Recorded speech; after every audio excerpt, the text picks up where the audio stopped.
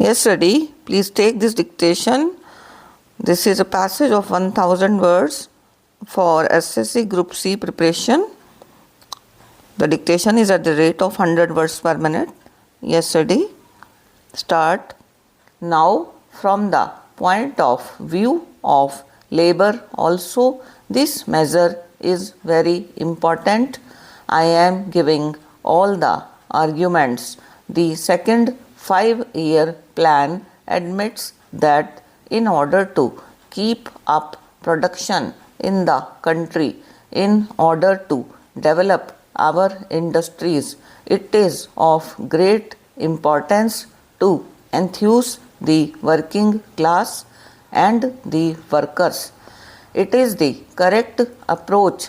As far as words go, nobody will quarrel with it.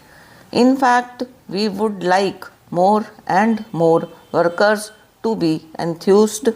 Such measures should be brought in more and more in order to make the working class see that with the increase in productivity on their part, at least there is improvement in their living conditions, that with the increased production of consumer goods in the country, they get more resources in their hands to buy the things that they require, to spend more money on their children, on their housing, on their health, on the education of their children, and all that.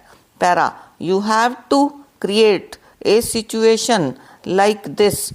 You have to create a feeling like this. You have to make provision for this. Even from that angle, it is necessary that this should be accepted. Labor enthusiasm cannot be created until and unless you relate the increase in productivity to an increase in the living standards of our people. More production, more money in the pockets of the working class, more money on consumption of their daily necessities of life, and less privations and difficulties. I would ask the honorable members whether it is wrong. This is the need of the time. Therefore, on that score, it is essential. Then, even from the point of view of industrial expansion, it is essential. You will ask me how. I will tell you how. It clearly means that if this provident fund contribution is not taken from them, the money will be with the working people. They would be able to spend this money in the market as customers and buyers of commodities. What does it mean? What are the economic implications of such a thing?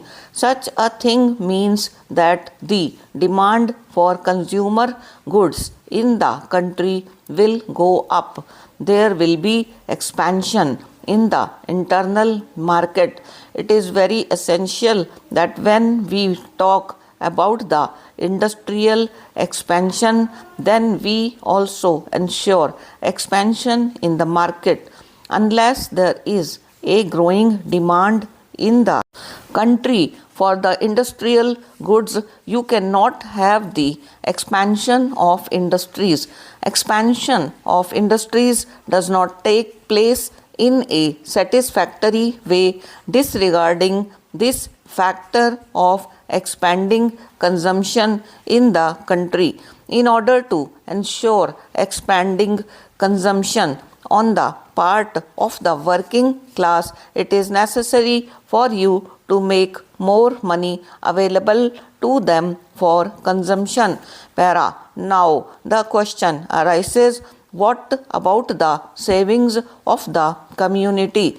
You will ask, should not the workers contribute something towards the common savings for our country?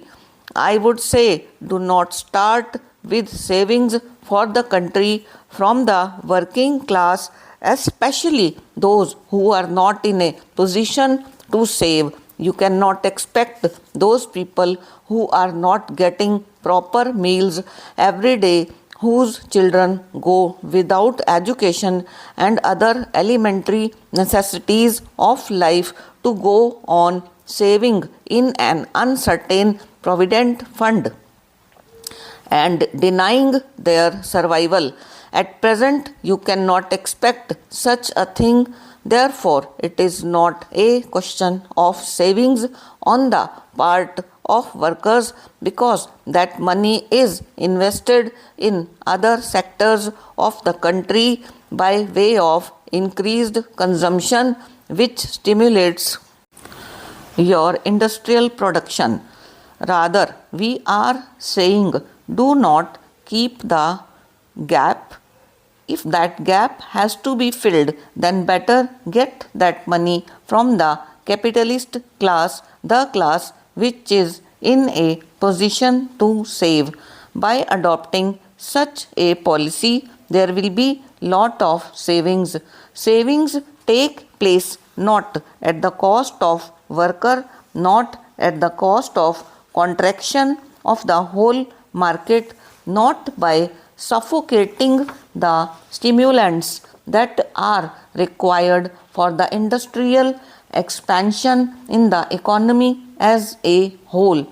Savings take place on the basis of those affluent people who are in a position to save all that money which would be left in the hands of the capitalist class for spending on unproductive purposes like importing race horses and perfumes and all manner of things.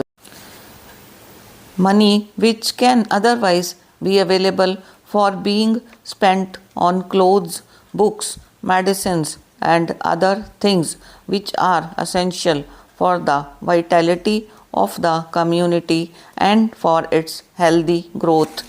Therefore, from any angle that you judge, this is a very good measure, and I think the Honorable Deputy Minister would not mind accepting it. He is somewhat allergic to me and to the communist benches in general. I am very sorry for it if we caused this kind of allergy to anybody, but he need not be allergic to us in this matter at all. We have followed some of the state's objectives in the second 5-year plan, pronounced many of the state's directive principles in formulating and presenting this bill to the House today. We would not have done it if we had any idea that you would never accept such a fundamental thing, and also that this is something which is not at all within your domain.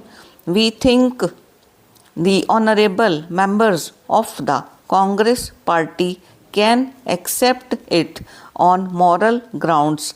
We read their speeches. We also read the deliberations of their party meetings and sessions. We read some of their publications, and we are, of course, surprised at the declarations that they make from time to time. We take note of them. We take a serious view we attach great importance to them. Therefore, we feel that the Congress members opposite can easily bring themselves up to accept this measure. This is in line with their thoughts as well. Whether these thoughts are actually being translated in the government's official policies or not is a different matter, but this should not be untouchable for them. Stop and over.